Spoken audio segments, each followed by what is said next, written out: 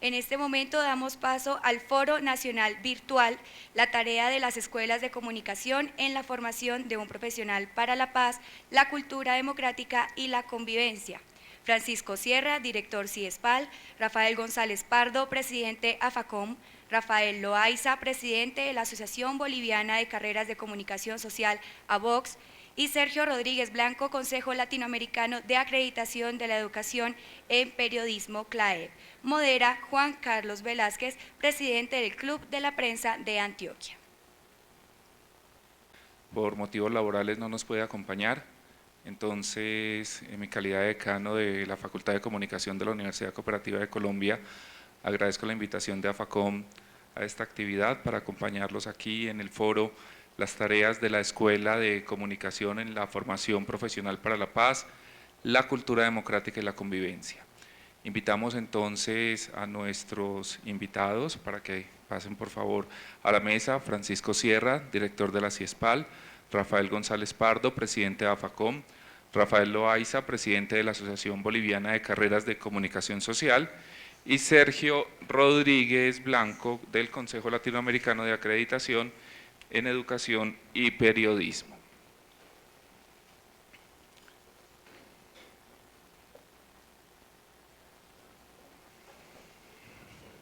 Vamos a establecer entonces las reglas de este foro. Vamos a trabajar de la siguiente manera: tenemos 4 preguntas principales sobre las cuales vamos a trabajar.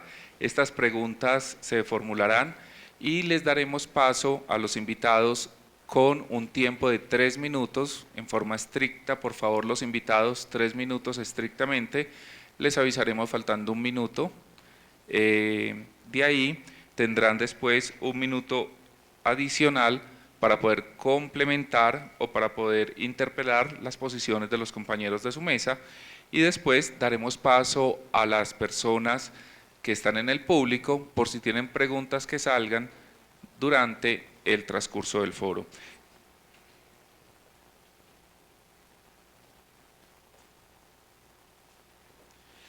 Es muy importante tener en cuenta que vamos a ser muy estrictos con el tiempo, tanto de las preguntas que les vamos a hacer a los invitados, como de las preguntas que formularán las personas del público, teniendo en cuenta que debemos garantizar el cumplimiento de toda la agenda en este segundo encuentro académico. Entonces saludamos a los invitados y vamos a comenzar entonces la primera pregunta con Francisco Sierra, y es: cuando hablamos de formar nuevos profesionales que aporten a la paz y al posconflicto, ¿cómo podemos aportar desde la academia para desarmar el lenguaje, de manera que se construya un modelo básico de comunicación donde se entienda una necesidad de cambiar la estructura en los procesos comunicativos para la reconciliación y el entendimiento? Comenzamos entonces con Francisco, tenemos 3 minutos. Bueno, yo destacaría 3 ejes de actuación. No puede haber cultura de paz si no hay una estructura, como se formula la pregunta, democrática de la comunicación.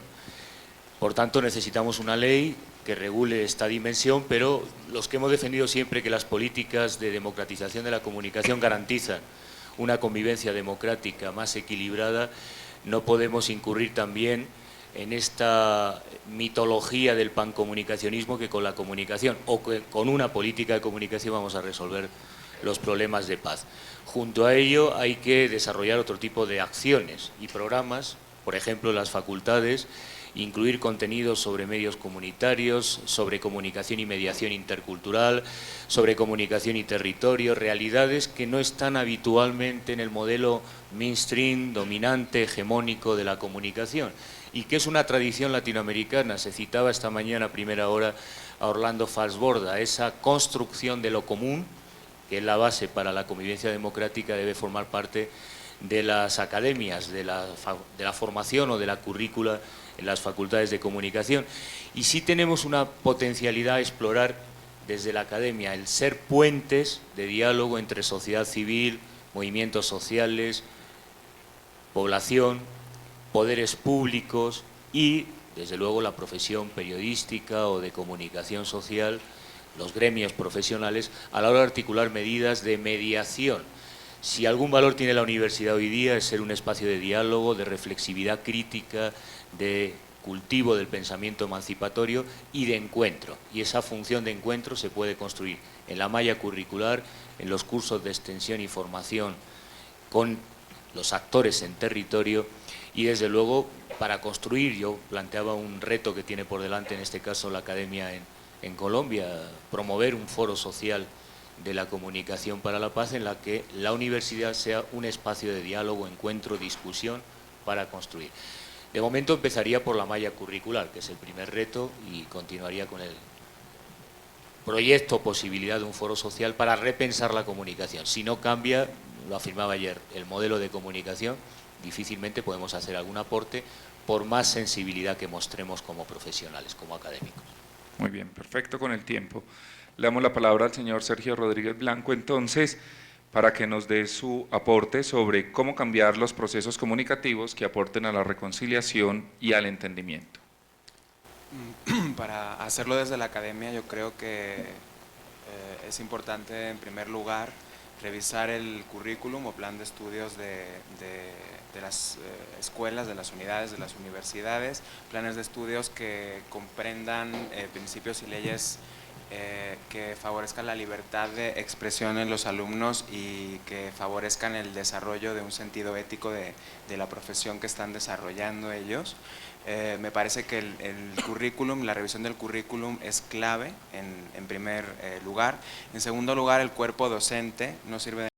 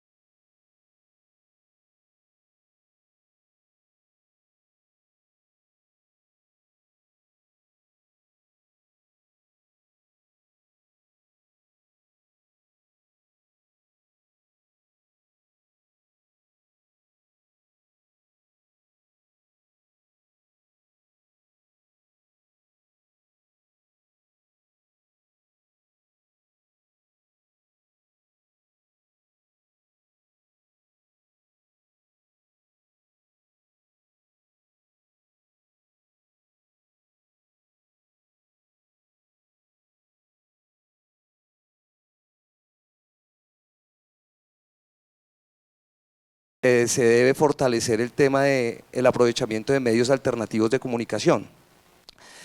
Vemos que hoy aparecen nuevas formas de contar, nuevos canales de comunicación, y creo que al interior de las facultades tenemos que incentivar el aprovechamiento y la creación de nuevos canales distintos a los tradicionales para contar estos procesos, en donde se le van a dar voces a otras personas, en donde se van a contar las historias de otra manera, en donde se va, ahí sí, mirar el tema del desarmar el lenguaje, pero eso lo podemos hacer también desde medios alternativos, y eso nos va a permitir también nuevas formas de contar historias.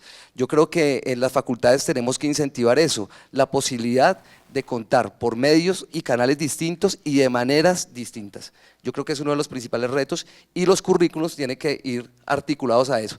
No es posible que al interior de los currículos de comunicación se vean como islas independientes las áreas de formación, sino que tiene que empezar a generarse diálogos entre ellos.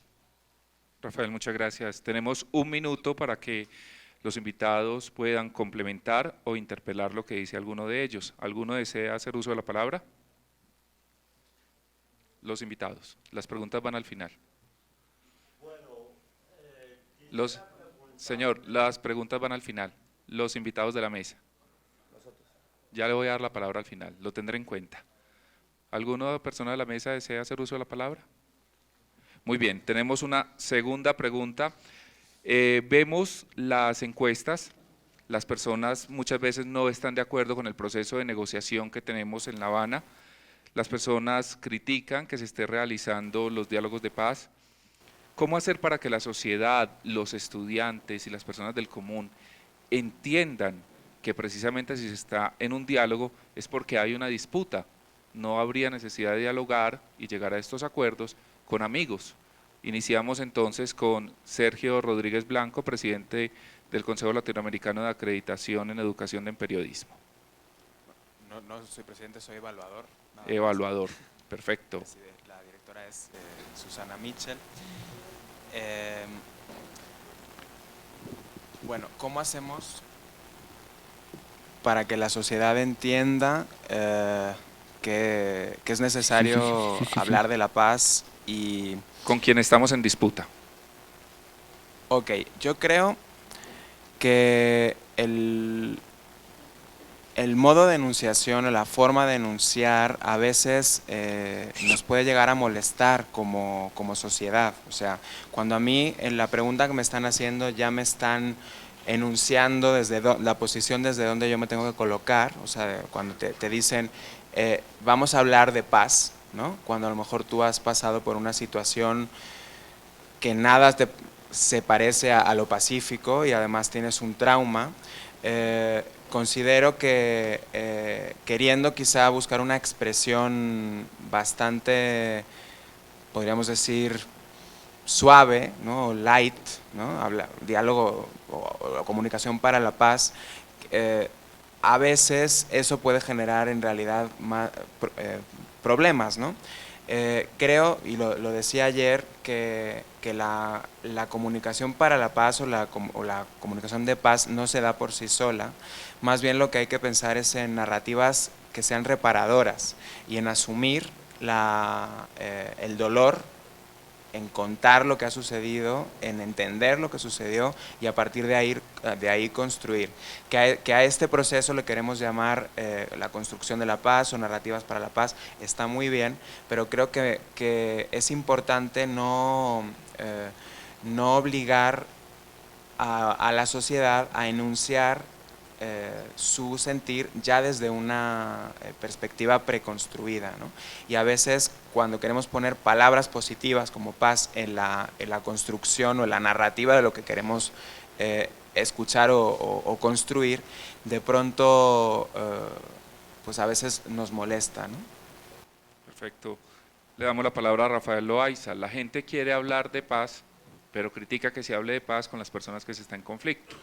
Muchísimas gracias. Es una pregunta demasiado específica para un boliviano que no conoce mucho del tema colombiano.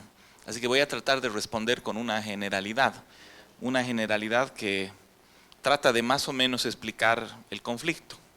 Yo creo que un simplismo en el que solemos caer, particularmente en Latinoamérica, es creer que las partes hacen al conflicto.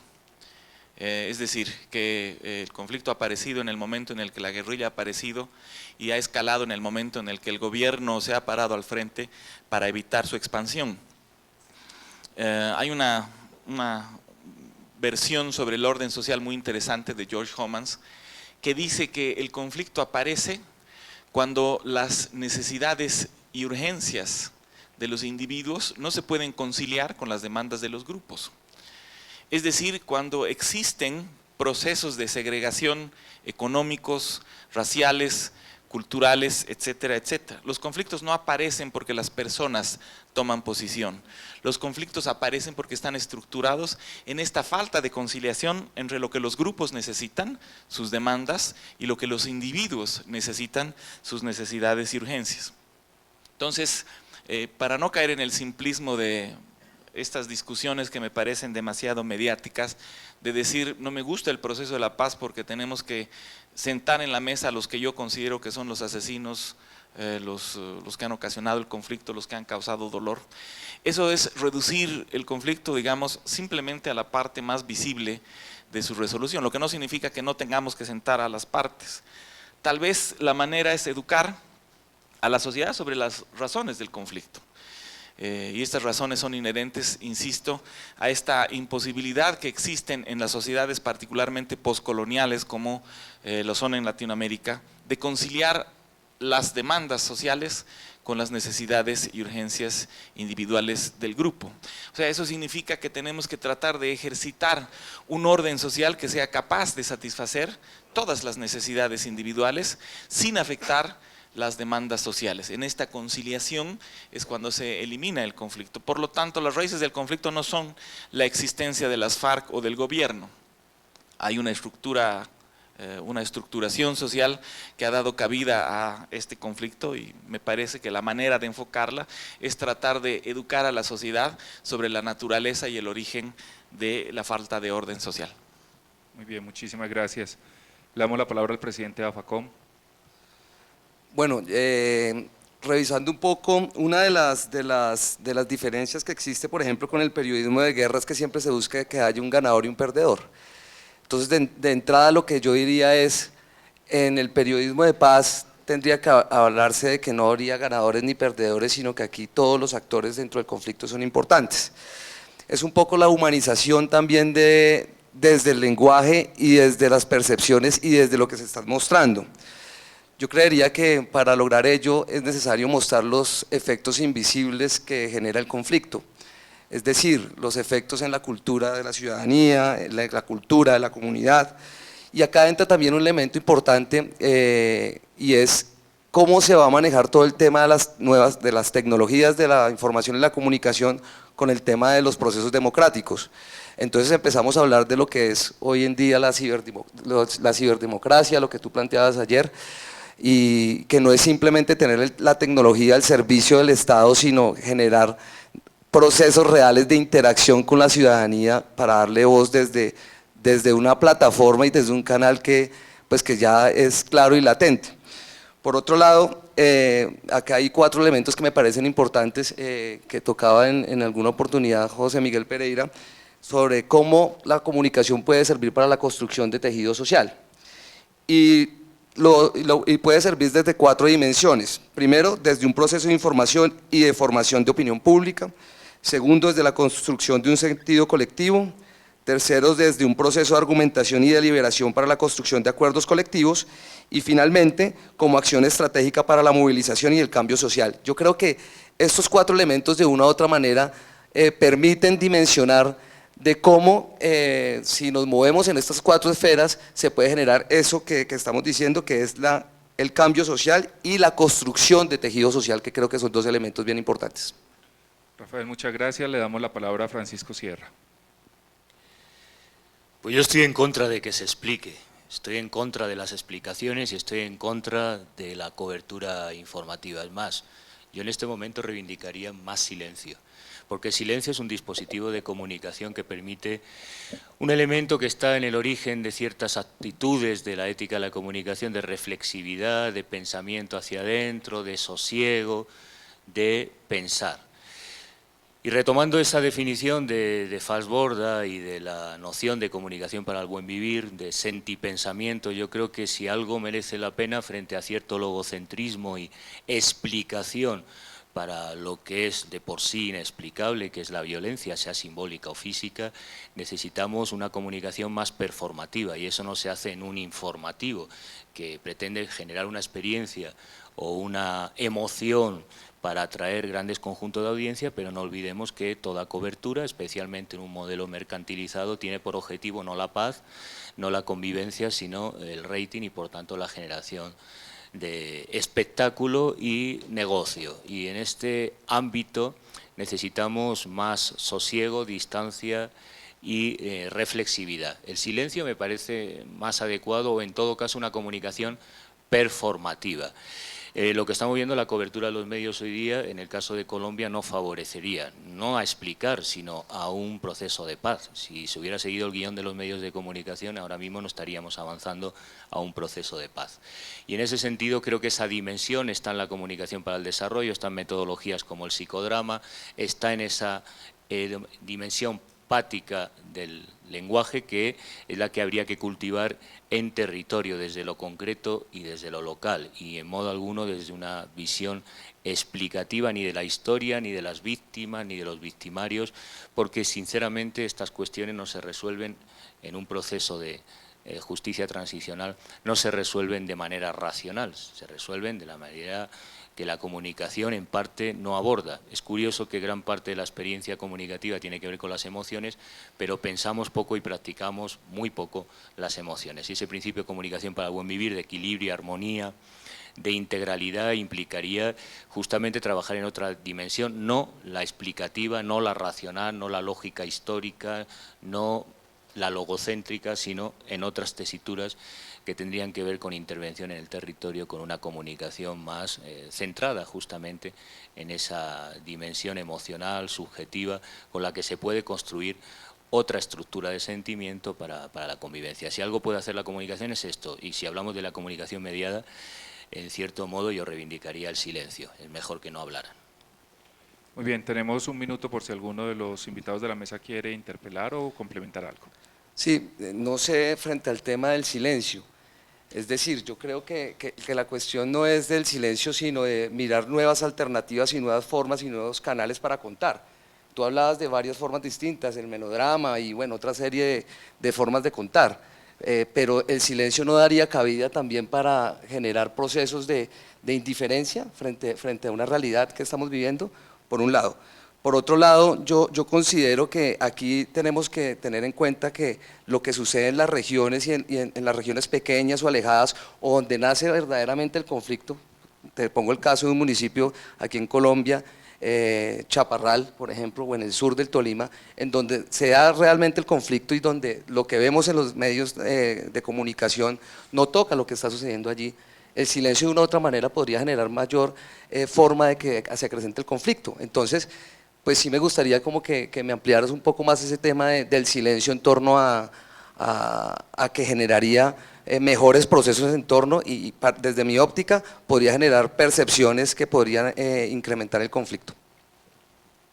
Un minuto, Francisco, por favor. Es una crítica a la cobertura mediática. Pensar que el silencio informativo implica no hablar de las víctimas en modo alguno. Eso es pensar que todo lo que puede ser transformado desde la comunicación es lo que los medios dicen. Y en estos momentos, para un proceso de paz y de transición, en una estructura mediática como la que tiene Colombia, mejor silencio. Mejor que se calle. Yo preferiría sí trabajar en territorio, sí trabajar la comunicación participativa, trabajar dinámicas como el psicodrama, que se han explorado en comunicación y educación para la recepción crítica, pero los medios, sin una estructura modificada, lo que pueden contribuir es más bien a vociferar, generar tensión, espectáculo, inclusive con las víctimas, porque el objetivo dominante en la estructura de medios es la que es, no es la paz, no es el entendimiento, no la convivencia, sino generar plusvalor. Por tanto, cuando hablamos de narrativas, no seamos mediocéntricos, participando de una visión más abierta, construyendo en territorio desde las universidades, con los actores, iniciando procesos de comunicación para el desarrollo, para el cambio social, se puede hacer una buena intervención, una buena mediación en un sentido productivo. No obstante, reivindico el silencio como dispositivo de comunicación. Esto en el psicoanálisis está muy claro, y muchas veces los procesos de dolor y de duelo se hacen en silencio, y es una, digamos, forma de poner en valor y en proceso de algún modo la aceptación o la trascendencia hacia otro escenario subjetivamente y como comunidad, como colectivo, como pueblo, como realidad colombiana. Entonces el silencio siempre lo hemos valorado negativamente, y creo que este concepto sería erróneo, porque el silencio también comunica mucho y desarrolla un proceso intracomunicacional de introspección que es necesario como pueblo, como país, como cultura y como sujetos, no solo las víctimas. Evidentemente no hablo del silencio de las víctimas, todo lo contrario. Hablar, pero los silencios y las pausas también generan otro escenario para la comunicación, ¿no? Muy bien, les recuerdo a los asistentes en este auditorio que pueden estar elaborando sus preguntas, y al final vamos a tener un espacio para preguntas sobre las apreciaciones de los foristas. Vamos entonces a continuar con este foro nacional virtual, la tarea de las escuelas de comunicación en la formación de un profesional para la paz, la cultura democrática y la convivencia. Y ayer, cuando escuchábamos a Olga Bear, ella tocaba temas que nos parecieron bien importantes cuando los mirábamos, y era, por ejemplo, el tema de la objetividad en la manera de comunicar, que nos decía que depende de la cultura, de la manera, de la información que se tenga, de la familia, del estrato donde se venga. La objetividad entonces era relativa, y también escuchábamos que en la construcción de la paz tenemos que aprender a perdonar y a no estigmatizar. ¿Qué papel cumplen ahí entonces las escuelas y las facultades de comunicación? Y vamos a empezar dándole la palabra en esta ronda a Rafael Loaiza, de la Asociación Colombiana de Carreras de Boliviana de Carreras de Comunicación Social. Muchísimas gracias. A ver, objetivar, la objetividad viene de objetivar, y objetivar es otro acto de simplificación, reducir al mínimo común denominador. Lo que hace, por ejemplo, la ciencia es objetivar la realidad, simplificarla para que la podamos entender. La objetividad en periodismo es tomada lamentablemente desde esta escuela cientificista que está tratando de forzar a los comunicadores a medir, evaluar y experimentar la realidad, y aquello que no puedes medir, evaluar y experimentar no puede ser objetivable. Por eso nos hemos encontrado en la disyuntiva de que la objetividad no existe, ¿no? Porque desde el momento en el que el periodista está recortando la realidad, lo está haciendo de manera interesada a partir de sus propias limitaciones humanas, a partir de su subjetividad y su conciencia. Entonces, la objetividad no puede ser alcanzada, aunque pueda ser aspirada, ¿no es verdad? Porque no tenemos la capacidad para desarrollar los recursos que nos permitan ser objetivos. Me gustó mucho la definición de Olga sobre la necesidad de la imparcialidad, que es muy distinta a la objetividad. La verdad no puede ser alcanzada, inclusive no puede ser alcanzada por la propia ciencia, quien tiene sus propias dificultades para tratar de entender al universo, por ejemplo. Creemos en la infinitud de la misma manera en la que creemos en Dios, porque solamente lo podemos deducir a partir de implicaciones empíricas, pero jamás vamos a poder medir, evaluar y experimentar la infinitud, porque no tenemos la capacidad de llegar al infinito, nunca lo vamos a lograr. Lo mismo pasa con la verdad. Por ejemplo, ayer Sergio nos mostraba unas fotos muy interesantes, y el ejemplo del niño y el buitre me llamó mucho la atención. Él decía, sacamos de contexto a esa fotografía y le damos una versión interesada.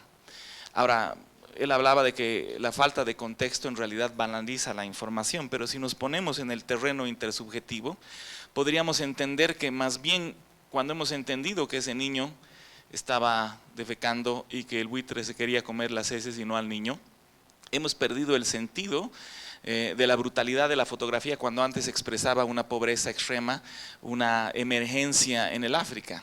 Entonces, en el terreno de lo subjetivo, podemos incluso llegar a banalizar la realidad con la propia realidad y con la propia verdad, ¿no es verdad?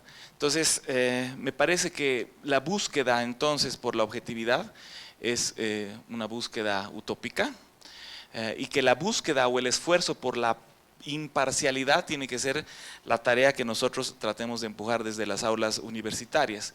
Y la imparcialidad implica que el periodista tiene que tener una moralidad, es decir, un discurso ético que le permita conocer las diferentes perspectivas de un hecho noticioso, a sabiendas que la verdad en muchos casos no puede establecerse. Entonces la tarea, me parece, es releer al profesor Restrepo en sus mandatos sobre la ética profesional, es decir, sobre los códigos de ética que nos permiten tratar de alcanzar la imparcialidad. Rafael González. Bueno, sí, efectivamente yo comparto el tema de que la objetividad no existe. De una u otra manera, cuando tú pones percepciones propias y el contexto en el que estás, en el entorno donde te mueves, de manera social, político, cultural, de una u otra manera está direccionando tu forma de actuar, llámese como periodista o como comunicador. Sin embargo, acá ahí aparece un concepto que me parece bien interesante y es el concepto de la responsabilidad. Y es cómo lo que estamos generando nosotros como periodistas o como comunicadores, de una u otra manera, puede generar efectos buenos o malos. Entonces, es cómo yo logro mediar entre esa percepción propia, esa percepción que me genera el entorno donde estoy, teniendo en cuenta que lo que yo voy a decir, lo que yo voy a hacer, lo que yo voy a publicar, va a generar efectos en las personas que me escuchan, me leen o me ven. Eso por un lado. Por otro lado, yo creo que en las facultades de comunicación tenemos que tener claro que tenemos que estimular a que nuestros estudiantes se vuelvan también constructores de memoria. Es fundamental que tengan la claridad de que hoy es más fácil que se generen productos comunicativos que estén direccionados a eso, a la construcción de memoria. Yo creo que nosotros, el tema del olvido, yo creo que no, nosotros tenemos que formar comunicadores que le apuesten al no olvido, todo lo contrario, hay que tener en cuenta que lo que ha pasado y lo que sucedió debemos tenerlo claro y comunicativamente palpable para mostrarlo desde nuestra profesión. Y finalmente, yo creo que aquí tiene que haber tenemos que formar para generar diversidad de voces.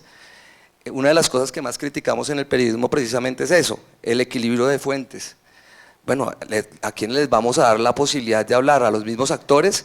Porque no solamente son las víctimas de manera directa. Bueno, ¿cuáles son entonces los actores en torno al conflicto para que les demos las voces? Porque de una u otra manera, por lo menos preguntarles si ellos consideran que su forma de hablar es el silencio, volviendo al tema.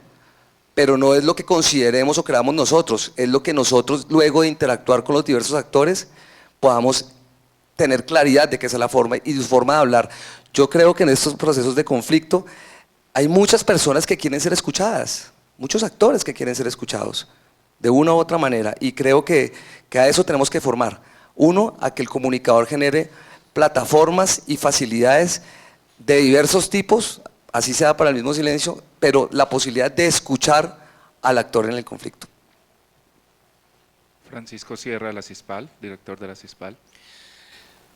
A mí que me gusta mucho la teoría normativa, en este caso, en esta pregunta, no voy a dar una respuesta prescriptiva, no voy a indicar qué se debe hacer.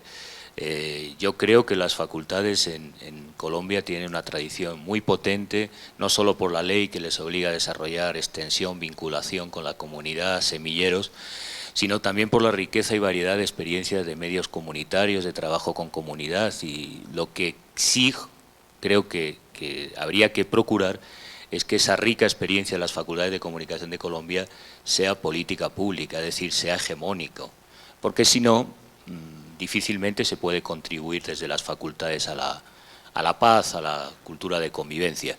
Empezando porque habría que cerrar a conciencias y buscar otras autoridades más competentes que entienden que son las ciencias sociales y que construir o contribuir desde el conocimiento a la cultura de paz es más valioso que 400 patentes en biotecnología. Porque las condiciones de convivencia, los ecosistemas y ecologías de vida potentes, bien tejidos, bien articulados, retomando esta palabra de la textualidad, de tejido, de casa, de hogar, que forman parte del mismo campo universo semántico, es el que garantiza también el proceso de reproducción. Esto evidentemente un economista o evaluador de conciencias no lo entienda. Entonces tendríamos que entender desde las facultades de comunicación, con todo su bagaje y tradición que es muy rica en Colombia, que eso hegemónicamente debe ser el punto de partida y de llegada para contribuir desde la comunicación, no solo la formación de comunicadores, sino, como decía mi colega, y estoy totalmente de acuerdo, creo que la política de memoria es muy importante. Esto se está haciendo en las facultades, hay que seguir trabajando en territorio para recuperar las voces de los que no han tenido voz, y no me refiero solo a las víctimas, a diferentes actores, cómo se ha vivido, cómo se ha construido, y he visto proyectos desde la música, manifestaciones de artesanado popular, en plataformas, en web, en proyectos de medios comunitarios que se están trabajando en las facultades a lo largo del territorio y que en un proceso de plataforma en red, como constituye AFACOM, podría ser potentísimo. Y ojalá que eso se lograra, y ahí sí entro en la dimensión prescriptiva, marcar como línea de política pública por parte del Ministerio de Cultura, la Dirección de Políticas de Comunicación o el Gobierno a la hora de construir, digamos, el escenario post-conflicto. Muchas gracias. Sergio Rodríguez Blanco.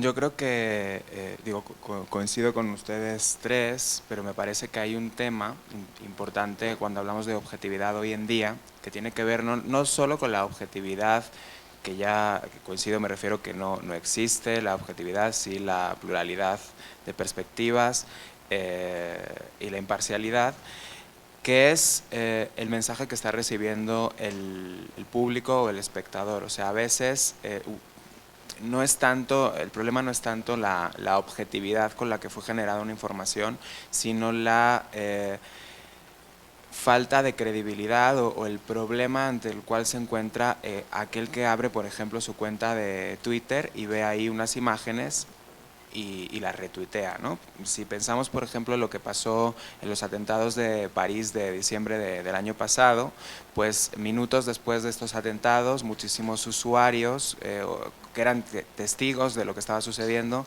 subieron imágenes a sus redes sociales, y esto podríamos decir que pues fue un registro de la realidad. Mucha gente tiñó su perfil de Facebook de los colores de la bandera de Francia.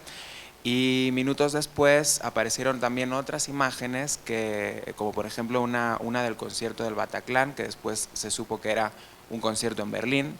Apareció un Empire State teñido con la bandera de Francia, era una imagen de otro momento. Aparecieron unas imágenes donde se veía París completamente desierto. Después se supo que esto era una pieza artística de unos años antes, donde hubo unos artistas, Lucian Simon, que se dedicaron a borrar, como un proyecto de arte, a las personas de las imágenes. Entonces veíamos Montparnasse sin gente, y estas imágenes, que si bien claro que tenían un gran potencial simbólico, poner esta imagen junto a los atentados, lo que generaron en realidad fue ruido. Ahí, o sea, el problema de fondo sí es la objetividad, pero otro de los problemas hoy en día, cuando los medios de comunicación han perdido esta hegemonía que tuvieron en algún momento, donde hoy el usuario muchas veces, si tú preguntas dónde te enteraste de esto, muchas veces va a ser en tu red social. En tu red social leíste el periódico, pero junto a la nota del periódico aparece una foto que podría ser la de este niño africano. Me parece que hay que revisar cuál es el papel del periodista o del comunicador social o del comunicólogo para ser aquel profesional capaz de distinguir él mismo en su ejercicio el ruido o el rumor de la realidad. O sea, creo que no es tanto el problema que tú subjetives la realidad, sino que sepas distinguir entre lo que es rumor y ruido como profesional, y que a la vez seamos capaces de enseñarle a los usuarios o a la sociedad también a distinguir esto. Creo que esto es un problema que es nuevo con el estallido de las redes sociales, y que pone el debate sobre la objetividad, o sea, le agrega una nueva problemática que creo que es importante que desde las universidades se asuma. Muchísimas gracias. Aquí vamos a tocar el tema de las víctimas, que es bien importante y que ha sido protagonista en el proceso de paz en Colombia. ¿Qué hacer para no victimizar a las víctimas? ¿Sí? ¿Qué papel cumplen ahí las escuelas de comunicación, también los medios, para transmitir un mensaje donde se pueda ayudar al perdón, a la reconciliación y a no estigmatizar a los protagonistas del conflicto? Iniciamos acá con el presidente de AFACOM esta ronda. Bueno, yo creo que esta respuesta obedece también a lo que hablaba en la primera pregunta, y es el tema también de la claridad frente a los conceptos. Es decir, uno de los grandes problemas que vemos en cualquiera de los periodismos especializados, en este que estamos hablando del periodismo para la paz, es que se están apropiando de otros conceptos para describir procesos del conflicto. Entonces yo creo que el primer elemento que hay que hacer es tener claridad en los conceptos. Como segunda medida, estamos en un problema grande, y es los grandes medios frente a temas como el rating. ¿Qué está vendiendo? Porque seguramente el medio tiene claro que lo que vende es esa victimización de las víctimas, o mostrarlas de una manera que genere rating. Entonces, aquí lo que tendríamos que ver es, por un lado, un tema de regulación para estos medios. Por otro lado, yo sigo insistiendo en medios alternativos. Yo creo que si las facultades estamos formando personas para que cuenten de la misma manera que lo están haciendo medios de comunicación tradicionales, no estamos apostándole a nada. Y finalmente, yo creo que aquí también debe haber, siempre cuando hacemos un análisis de responsabilidad mediática, entonces hablamos de quién está produciendo el mensaje, bueno, y cuál es el medio, entonces el medio con su interés o el interés del periodista, pero en qué momento también está la responsabilidad del receptor, en qué momento también se está trabajando con la ciudadanía, que también tiene una responsabilidad. Acá hay que empoderar también a la ciudadanía para que de una u otra manera también exija contenidos y genere mensajes que de una u otra manera no le apuesten a lo que le han apostado varios medios de comunicación. Entonces, yo creo que acá también es importante que en las facultades empecemos a trabajar de cómo formamos. Hubo esfuerzos interesantes con un proyecto acá en Colombia que se denominó Mirando Cómo Miramos, que era un tema de generar audiencias críticas. Bueno, yo creo que eso es otro elemento importante, trabajar con la ciudadanía, porque seguramente son ellos los que también, la gente será que también está exigiendo y quiere ver victimizándose a las víctimas. Es una pregunta. Trabajemos también con los receptores. Muy bien, le damos la palabra a Francisco Sierra. Pues yo creo que hay tres criterios o medidas que podrían contribuir a evitar cierta estigmatización o tratamiento inadecuado de las víctimas. La primera es una utopía y es casi imposible, que pasaría por desmercantilizar los medios de comunicación. Por eso no soy muy proclive y por eso abogaba por el silencio en los medios masivos, porque todo puede ser simplemente por la búsqueda de rating en convertir en objeto mercancía a las víctimas o dramas y narrar. So pretexto, que es muy habitual en la práctica periodística, de defender la contribución a la paz, la restauración de la memoria, etcétera, etcétera. Yo creo que esto, coincido con Rafael, se puede hacer más bien en el terreno de los medios comunitarios, de los medios de proximidad, de los medios ciudadanos. La segunda, en cualquier caso, si se hace un tratamiento, es el tema de diversidad de voces, de diversidad de fuentes de información, y que las víctimas no sean objeto de la noticia, sino sujetos. Hay metodologías que se pueden explorar para un tratamiento equilibrado, en el que sean protagonistas y no solo objeto de una narrativa que en el mejor de los casos permite generar un efecto emotivo en la audiencia, pero sin ninguna capacidad crítica, salvo la de identificación con las víctimas, que está bien, pero que no es el objeto de un proceso de transición a otro nuevo escenario. Por eso es importante tomarlo en consideración. Y la tercera discusión, que a mi modo de ver es importante, sería una labor exclusivamente de las universidades, que es politizar el papel de la comunicación en este proceso desde el punto de vista de estrategias informativas, criterios editoriales, una suerte de observatorios. Me consta que ya hay observatorios en Colombia sobre este tema de la comunicación para la paz, y creo que debería ser una buena función de AFACON, de las facultades, el integrar análisis críticos para los futuros profesionales de lo que se debe y no se debe hacer, en el sentido de distancia con lo que está sucediendo, ¿no? Y cómo se han tratado a las víctimas en este terreno. A eso me refería yo con la politización de la comunicación, discutir otras posibilidades de cobertura mucho más enriquecedoras, justamente con los actores sociales. Sergio Rodríguez de CLAEP. Yo creo que el periodista deja de ser periodista cuando deja de hacer preguntas incómodas. Aquí la pregunta es cuándo te ganas tú el derecho de hacerle la pregunta incómoda a la víctima. ¿Y cuál sería la pregunta incómoda de una víctima hacia una víctima?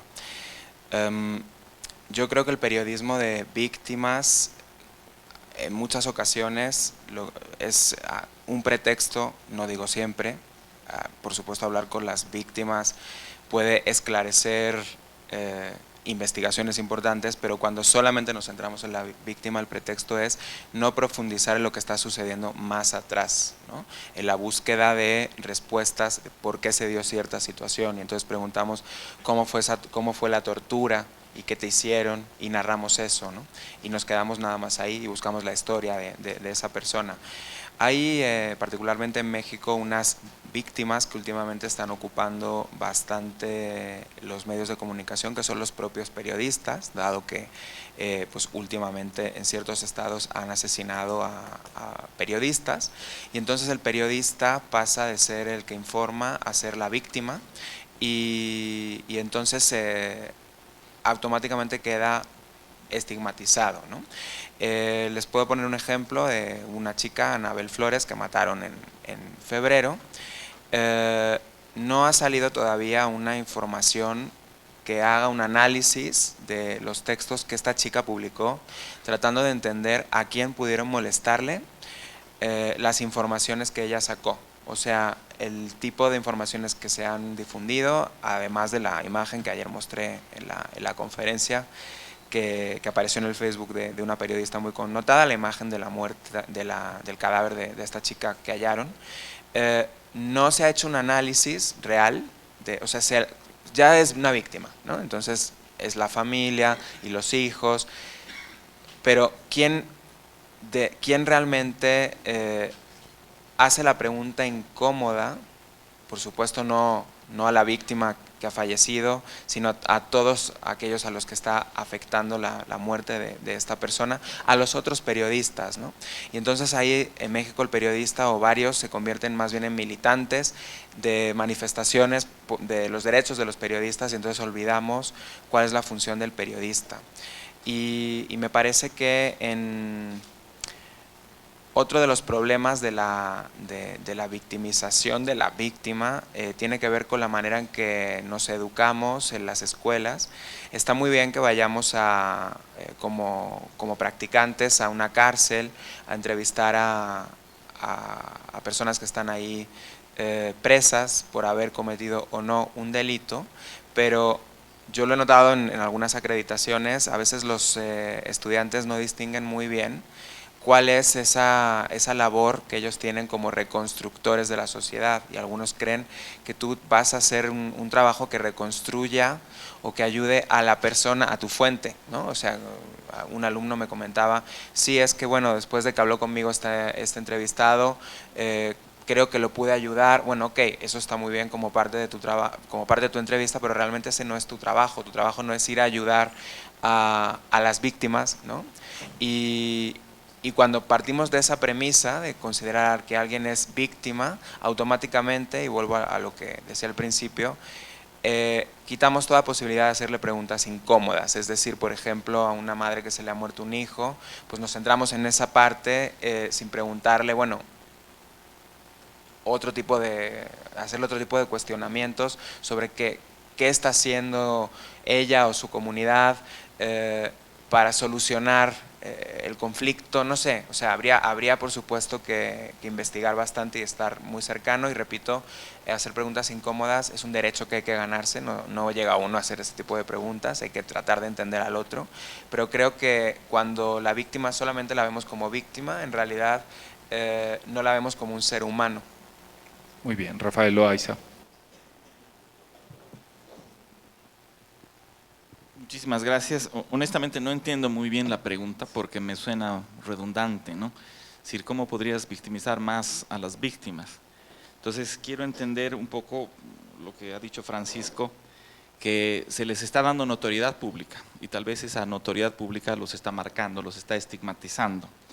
Ahora, yo creo que los medios de comunicación no son tan poderosos, porque a veces partimos del prejuicio de que el mensaje emitido es el mensaje interpretado, y la gente tiende a resistir a partir de sus valores sociales a veces este ímpetu malcriado, si pudiéramos ponerlo así, de los medios de comunicación. Les doy un ejemplo. El presidente Evo Morales, el año 2005, gastó apenas el 15% del gasto electoral en las elecciones y consiguió el 54% del voto. Todo ese esfuerzo que hicieron los otros candidatos de hacer publicidad, de penetrar en las líneas editoriales, no funcionaron. Hicimos una tesis en ciencia política donde un estudiante demostró que el 85% de la línea editorial de las redes más importantes de televisión estaban en contra de Evo Morales. Sin embargo, Evo Morales tenía una favorabilidad y una intención de voto enorme. ¿Qué estoy tratando de decir con esto? Estoy tratando de decir que la sociedad lee a través de sus propios valores estas intenciones que tienen los medios de transformar la noticia en espectáculo, de espectacularizar el conflicto, de tratar de volver la realidad como una película. La gente hace distinciones claras entre la ficción y la realidad y hace esas distinciones claras a través de su escala de valores, de su relacionamiento con las demás personas, de su empatía. Entonces yo creo que estoy de acuerdo, generarle mucha notoriedad a la víctima la puede marcar, la puede volver víctima para siempre, aun cuando ella tenga el derecho de recuperar su propia vida, pero no nos preocupemos tanto en lo que hacen los medios de comunicación, porque los efectos sociales que causan no son los de antes, y porque la sociedad está renovando su identidad, está renovando su esencia a través de otros factores. Fíjense las redes sociales. Cualquiera de ustedes, estudiantes, tienen un poder tan grande como cualquier periódico cuando postean en sus Facebook. En Bolivia hay un índice de lectura bajísimo. Entonces yo tengo estudiantes que tienen más tiraje que los periódicos más importantes porque hacen escuchar su voz a través de este proceso de democratización que es incipiente, que tiene muchos problemas y eso les permite tener una personalidad. Entonces comparto con la idea, para resumir, me voy a pasar unos 15 segunditos, estigmatizar y marcar a las personas para siempre es un problema, pero también confiemos en la capacidad de la sociedad de desarrollar valores morales que puedan resistir estos embates de los medios de comunicación. Rafael, usted tocó un tema bien importante que lo teníamos aquí para terminar las preguntas y antes de darle paso al público, y es el tema de las redes sociales y todas estas plataformas tecnológicas. El papel que cumplen las escuelas de comunicación, la academia, para que haya una responsabilidad clara en lo que se está haciendo. En Colombia hemos tenido casos clarísimos de mal manejo de las redes sociales en las diferentes regiones. ¿Qué se debe hacer desde la academia? Comienzo con usted y vamos en el orden que están en la mesa. Muchísimas gracias.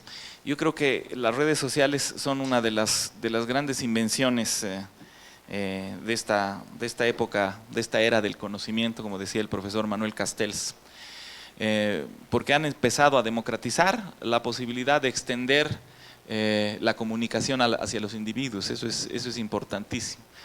Ahora, no hay que confundir a las redes sociales con un medio de comunicación o como una herramienta de comunicación. Yo soy partícipe de concebirlas como, un poco lo dijo hace poco el profesor Anthony Giddens, de concebirlas como la ilustración de la sociedad. Es como si hubiéramos amplificado nuestras capacidades de interacción y ahora sean de conocimiento público. Un poco ayer se hablaba de esta idea de la transformación de la intimidad. De pronto nuestra vida íntima es sujeto de escrutinio público. Y eso ha pasado con las redes sociales. Ahora, nos asusta que la gente empiece a manifestar sus racismos, que empiece a manifestar su xenofobia, sus discriminaciones, etcétera, etcétera, a través de los foros sociales. Pero la sociedad era así antes. Lo que pasa es que ahora lo estamos viendo en esta ilustración visible y práctica de lo que es la sociedad. Yo tengo la esperanza de que las redes sociales van a terminar regulando la moral de la sociedad. Porque cuando uno publica sus más bajos instintos, o sea, su racismo, su xenofobia, etcétera, etcétera, de pronto empiezan a aparecer contendores en las propias redes sociales que están tratando de disciplinarlo a uno. Antes en una charla de café se decía lo mismo que en el post del Facebook, pero nadie podía reprimir esa charla de café aun cuando esté generando valores nocivos a la sociedad, porque no era de conocimiento público. Entonces yo soy de los que le tienen mucha fe a las redes sociales porque pienso que va a servir fundamentalmente para regular la moral de la sociedad. Para lograr que las personas dejen esas malas prácticas segregacionistas, discriminatorias o nocivas que no permiten el rol de la sociedad. Entonces, yo creo que estamos muy confundidos en esta era por la irrupción de las redes sociales. Pensamos que son un medio de comunicación, pensamos que son una herramienta de comunicación y lo que en realidad son es la amplificación de la capacidad de interactuar de la sociedad. Obviamente la academia tiene que estar absolutamente involucrada, no solamente en el desarrollo de estas plataformas, sino sobre todo en el entendimiento de las plataformas. Y a través de este entendimiento no nos vamos a asustar. Ahora el presidente de mi país, y con esto acabo, ha decidido sacar una ley de regulación de las redes sociales, porque ha perdido el referéndum para ampliar un mandato más. Los bolivianos han votado no para que él se pueda presentar a la próxima elección. Y él ha pensado que las redes sociales eran las culpables de este problema. Entonces está sacando una ley para tratar de regular. ¿Cuáles son los problemas de esto? Primero, pensamos que las redes sociales están gobernando la opinión pública y eso es falso. En mi país apenas hay 1 millón de cuentas de Facebook y hay 10 millones de habitantes. Solamente se pueden comunicar a través de ella los que están integrados, los que tienen sus necesidades básicas satisfechas, y la gran mayoría está ausente. Ayer escuchaba un dato de alguien de acá que decía que apenas el 26% del mundo está conectado a las redes sociales, lo que significa que no estamos negociando la identidad, no estamos negociando la opinión pública a través de las redes sociales. Potencialmente sí lo podemos hacer. 2, las redes sociales no es lo mismo que un medio de comunicación, porque son los individuos que de pronto tienen la posibilidad de ser escuchados, de publicitar su intimidad, de transmitir en la esfera pública su carácter individual. Las redes sociales se van a regular de la misma manera en la que se regula la sociedad, a través de la ley, no una ley vinculada estrictamente a las redes sociales, sino la ley que gobierna en general a los individuos, y a través de las normas y valores de la sociedad que va a estar reprimiendo, que va a estar observando y que va a estar calificando el orden social. Perdón. Listo. Muchas gracias. Posición de AFACOM. Bueno, es claro que hoy todo está mediado de las redes sociales, incluso hablamos hoy en las universidades en todo momento de convergencia de medios. Entonces es un tema que no podemos obviar, pero aquí hay algo que me preocupa, y es el tema de hasta dónde podría ser el alcance de una regulación de las redes sociales.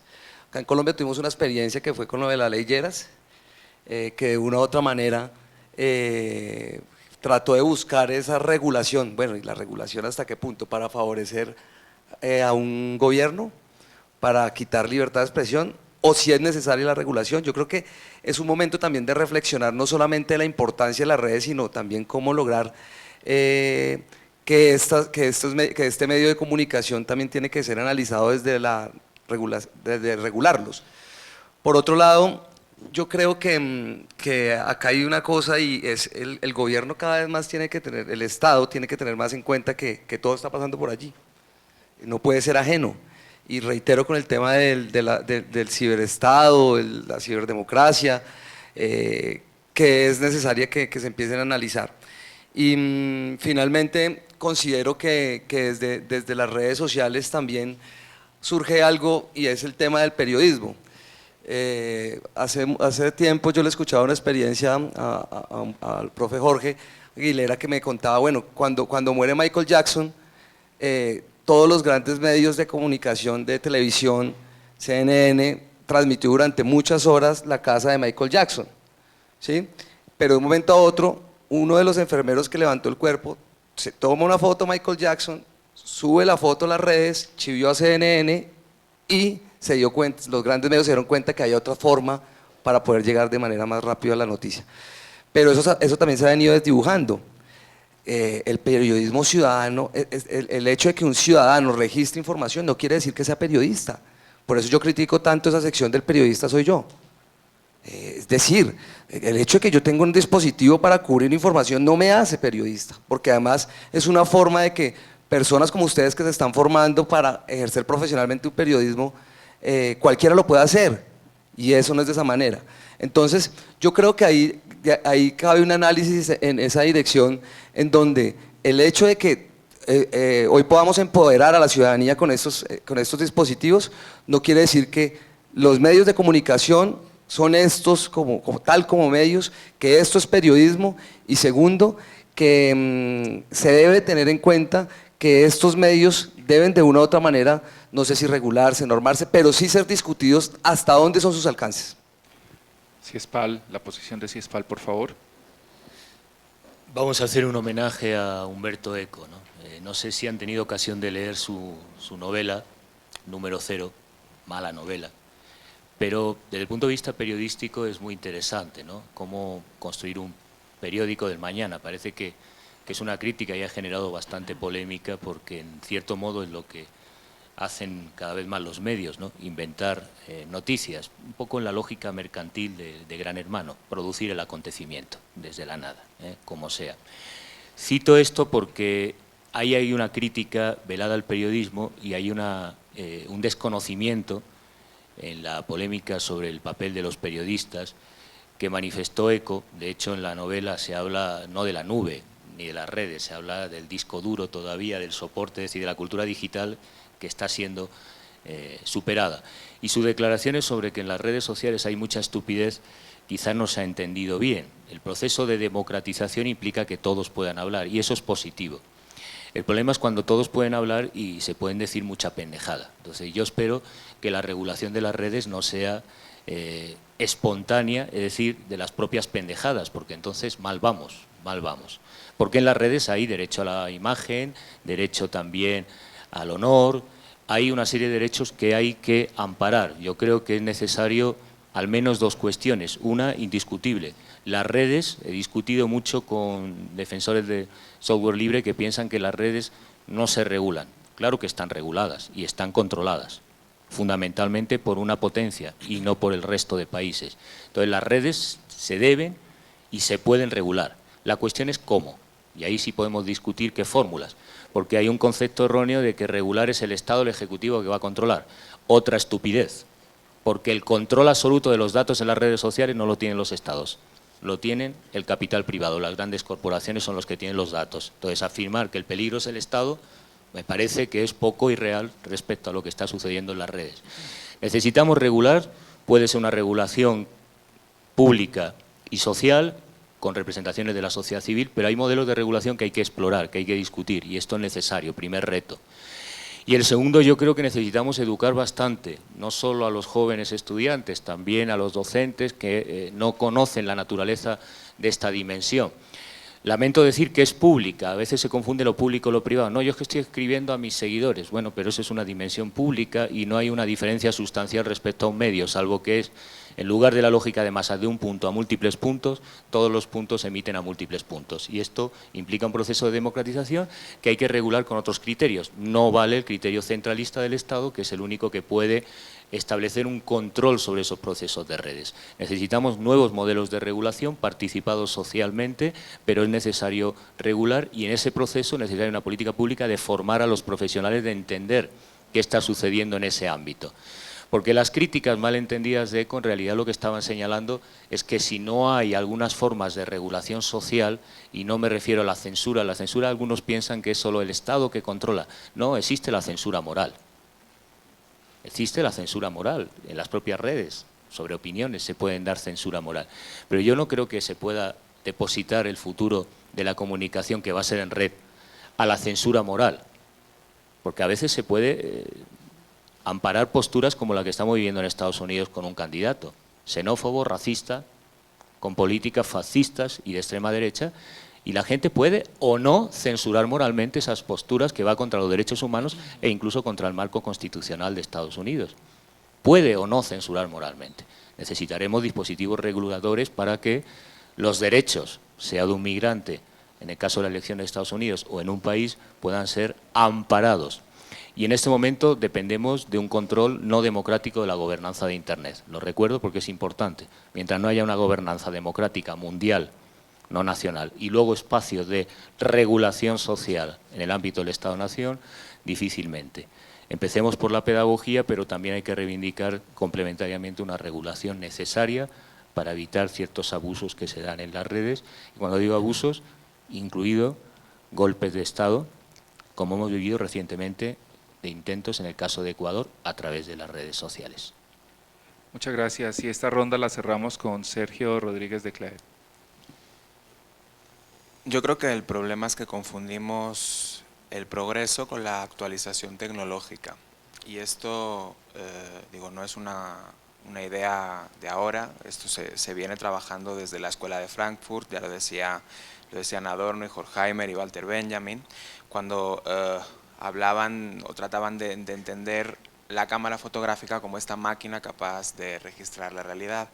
Hoy en día, cuando ya esta máquina fotográfica se ha democratizado, más la tecnología celular, más las redes sociales, o sea, yo usuario tengo la posibilidad en este momento de tomar la imagen, porque tengo aquí la cámara, y de enviarla a mi red social. Eso no quiere decir que hayamos progresado más o menos como sociedad, simplemente nos hemos actualizado tecnológicamente, o sea, el progreso no se mide en la tecnología ni en la democratización. Yo creo que las redes sociales tienen un carácter ambiguo que es importante explorar y estudiar, porque pues si bien por un lado son territorios para la expresión, para el disenso y para la denuncia y para la participación social, también lo pueden ser para el mercado, para la propaganda, para la difamación y para el control. Y todo eso está dentro de las redes sociales. Podemos poner ejemplos infinitos. Hay una chica, Farah Baker, en 2014, que se convirtió en la informante de todos los periodistas que no tenían acceso a la Franja de Gaza. Esta chica pasó de tener 700 seguidores a tener 20.000 en un día. Y se convirtió en la informante de varios medios de comunicación porque tenía credibilidad. Ahora, que cualquiera de nosotros por subir una frase a nuestra red social nos vayamos a convertir en Farah Baker, pues es bastante difícil. Por otro lado, está el potencial que tenemos de denunciar. Son muchos los ejemplos en los que grabar algo que está sucediendo y subirlo a una red social hace que esa denuncia automáticamente pase a los medios. En México, antes de que, cuando el actual presidente Enrique Peña Nieto estaba en campaña, fue a la Universidad Iberoamericana, donde yo soy académico, y los estudiantes empezaron a hacerle ciertas preguntas. Él era gobernador de un estado, del Estado de México, que tenían que ver con ciertos chanchullos que él había cometido, por un lado, con alianzas con la televisión, que luego se demostraron, después incluso se casó con una actriz de telenovelas, y entonces lo que dijo Presidencia es que habían sido, o sea, las personas que habían hecho estas preguntas habían sido de otro partido, ¿no? Del partido de la oposición. Los estudiantes lo que hicieron es tomarse una foto con su credencial de la universidad, así hasta 131 personas, y surgió el llamado movimiento Yo Soy 131, que surgió ahí en la universidad donde yo doy clase, gracias a las redes sociales. O sea, los estudiantes dijeron no. No es gente de otro lado, somos nosotros, aquí estoy. Eso luego les generó consecuencias, por supuesto. O sea, en ellas, en las redes sociales, sí tenemos la posibilidad de hacer cambios, pero ojo, y ya lo han dicho varios de mis colegas, también está mezclado los mecanismos de control ahí mismo, la publicidad, las imágenes falsas, de las cuales no tenemos conciencia en realidad si son falsas o no. A veces retuiteamos sin ningún sentido, a veces puede tener mucho peso algo que pongamos y en otras ninguno, ¿no? Entonces creo que, volviendo un poco a la reflexión del progreso y la actualización tecnológica, más bien hay que preguntarnos qué posibilidades nos ofrecen las redes sociales para progresar como sociedades, más que para tener una mejor tecnología o para creer que somos más democráticos porque yo, usuario, puedo en este momento subir un tweet, ¿no? Ante todo, eso es lo que creo que hay que analizar, cómo podemos mejorar como sociedad a través de estos dispositivos y estas redes. Muy bien, de acuerdo con las reglas, Rafael Loaiza me pide 1 minuto para complementar algo. Brevemente, quiero decirles que los males de la sociedad no han aparecido con las redes sociales. En nuestra intimidad somos malas personas. Cuando tú estás en el baño, eructas, te pedorreas. Cuando aparece alguien, empiezas a controlar estos tus instintos, dejas de hacer ciertas cosas. Y cuando esa comunidad es más grande, es cuando más controlado estás. La sociedad tiende a reprimir, pero no solamente a reprimir, sino a integrar y a controlar al ciudadano.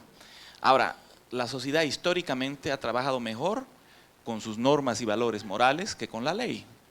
Y voy a dar un ejemplo así, súper breve. ¿Quiénes de acá han sido infieles con sus chicas, con sus chicos? Con toda sinceridad, levanten la mano. Nadie levanta la mano. Rafael acaba de confesar. La mayoría de ustedes no levanta la mano porque es moralmente reprochable, aunque no sea ilegal. Fíjense que cuando sucede eso, cuando eres infiel con tu pareja, no vas y le dices, no te enojes mi amor porque no hay nada en el Código Penal que prohíba la infidelidad, ¿no es verdad? La censura moral es el camino a la regulación porque ha funcionado mejor que la ley. Ahí está el derecho comunitario, el derecho consuetudinario, etcétera, etcétera. Y lo que me asusta de la censura legal es que es un camino al autoritarismo.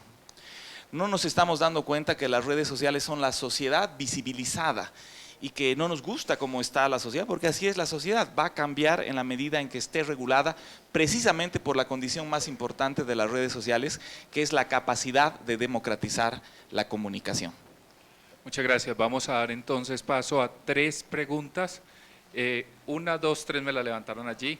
No tenemos tiempo para más porque estaríamos incumpliendo con los horarios programados. El señor, por favor, el primero que ha tenido el señor ha tenido mucha paciencia. Muchas gracias por esperar hasta el final, le agradezco mucho.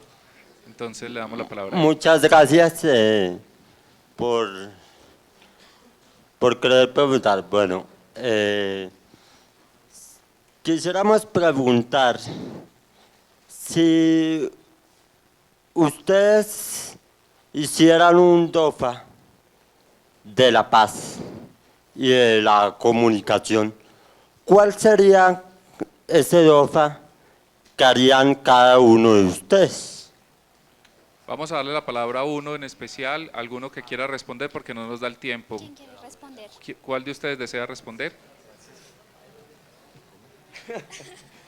Para que responda a la pregunta de... Bueno, Francisco, En el entonces, contexto colombiano,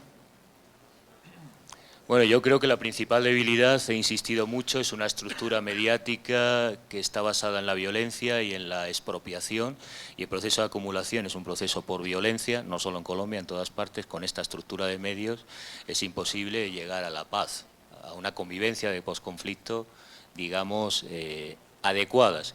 Oportunidades, la sociedad civil organizada, la experiencia rica de medios comunitarios, el saber hacer en comunicación para la paz, que es potente, que se ha tenido que desarrollar para resistir, para sobrevivir, para defender a las víctimas y que es el punto de partida y de llegada para construir otro escenario.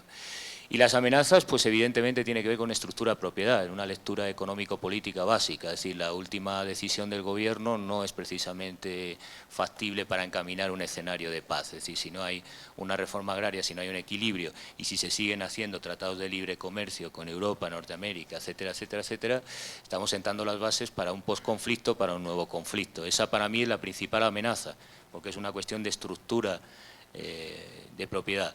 Y en ese sentido espero que la academia sí logre, porque he visto incipientemente un debate sobre regulación y ley, sentar otras bases para que haga posible la comunicación para la paz. Lo contrario es una idealización del principio esperanza que no tiene ningún anclaje en lo real concreto, ¿no?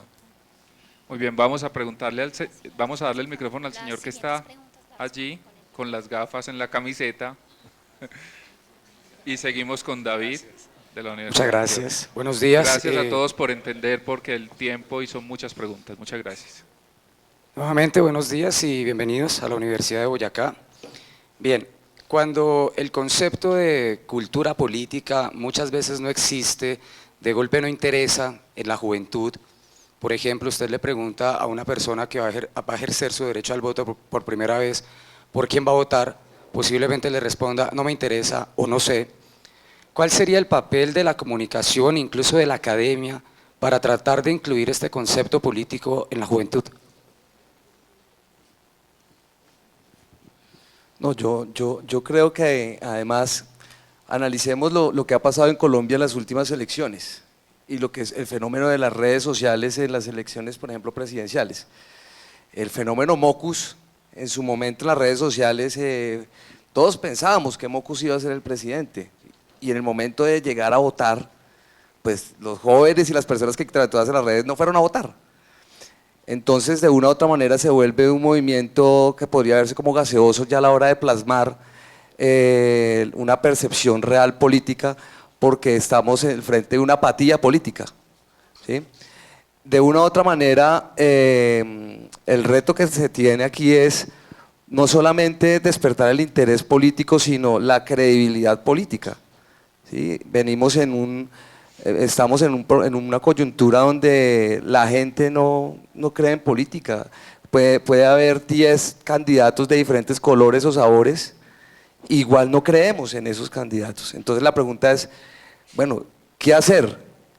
Y yo creo que ahí la comunicación de una u otra manera tiene que generar escenarios que permitan medir cuál es entonces esa percepción, porque no se puede caer tampoco en el que nada sirve.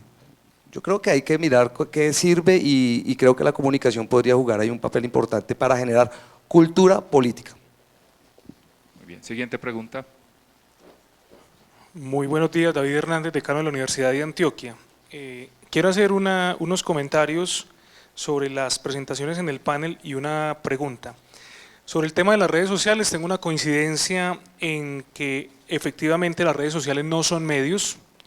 Para mí las redes sociales pueden servir como fuentes y canales de transmisión, pero doy un significado especial a las redes sociales, no como medios, porque finalmente el medio tiene una concepción editorial, tiene una orientación política en muchas ocasiones y tiene una estructura mínima. Y en ese sentido, ese nivel de caos que se vive en las redes sociales, con una regulación bastante improbable, sobre todo por las condiciones de monitoreo, nos lleva más bien a hablar sobre la responsabilidad de los medios en las redes sociales, es decir, el medio en el canal y con esa fuente. Algunas organizaciones a nivel internacional están proponiendo la creación y actualización de códigos de conducta de los medios de comunicación en las redes sociales. Hace 2 semanas en Medellín, en un panel que también moderó Luis Horacio, convocado por el canal regional, hablábamos sobre la importancia de definir una postura de los medios de comunicación en las redes que tenga que ver con si lo consideran fuente o no, si todas las noticias que salen en los medios impresos salen también en las redes sociales y otras posturas. Entonces yo invitaría más bien a los medios de comunicación y a los profesores a que pensemos sobre la postura de los medios de comunicación en las redes sociales y la actualización de los códigos de conducta. Lo segundo es, en algunos textos y conferencias de Francisco, tengo diferencias, pero hoy encuentro una similitud o comparto una de sus posturas en lo que tiene que ver con trascender el rol formativo de las facultades en los temas de conflicto y paz. Él ha hablado sobre la creación de políticas, pero yo me iría no solo a la formulación de políticas en el sentido meramente práctico de construir un documento o un conjunto de documentos, sino cómo ganar, y es una pregunta que quisiera que Francisco pudiera responder, cómo ganar estatus político de las universidades, facultades y asociaciones para poder tener unas posiciones mucho más contundentes frente a los medios de comunicación, frente a los egresados que efectivamente están desvirtuando nuestra profesión. Y quiero cerrar diciendo que, y lo digo por la experiencia de la Universidad de Antioquia, la tradición de nuestra universidad ha estado muy concentrada en el periodismo y sobre todo en el periodismo narrativo y de investigación. Y algunos egresados y estudiantes de nuestra universidad han sido muy críticos por el exceso de formación, conferencias, paneles y posturas en el tema del periodismo, con algún nivel de descuido sobre la responsabilidad del resto de comunicadores organizacionales y audiovisuales en el tema de conflicto y posconflicto. De manera particular, quiero decir que en el tema de comunicación organizacional hay mucho que decir, es el área de estudio de otras personas que están acá, sobre todo porque las organizaciones se han encargado de definir estrategias de divulgación de su responsabilidad social. Ya habrá una discusión sobre el concepto, creo que no es el momento para hacerlo. Yo particularmente pienso que fue una chapa nueva que se le dio a un asunto histórico que se llama la ética de las empresas, pero sí me parece importante que hay que darle otra mirada al tema de la posición de la comunicación organizacional en el tema de conflicto y posconflicto, sobre todo en la responsabilidad de hacer una tarea también transparente, que muchas veces es distorsionada por los intereses económicos de las mismas organizaciones. Entonces, quiero invitar para que la discusión que se siga dando, no solo en este foro, sino en otros, toque otras áreas como el cine, por ejemplo, el cine como arte. En la exposición que Sergio, por ejemplo, hacía el día de ayer, el cine tiene mucho que hacer. De hecho, lo que está ocurriendo en Colombia con ese leve giro de las producciones audiovisuales tradicionales en el tema de la violencia y el narcotráfico hacia una mirada más al indigenismo y a otros campos, es parte de la tarea que tiene que hacer la comunicación desde el cine. Entonces, esa es mi postura y quiero, si hay tiempo, que Francisco me dé algunas pistas de cómo las universidades, facultades y asociaciones no solo crean políticas en el papel, sino que asumen una posición política ante nuestros egresados y nuestros medios de comunicación. Muchas gracias. Muchas gracias. Le damos paso entonces a Francisco con la última respuesta de este foro.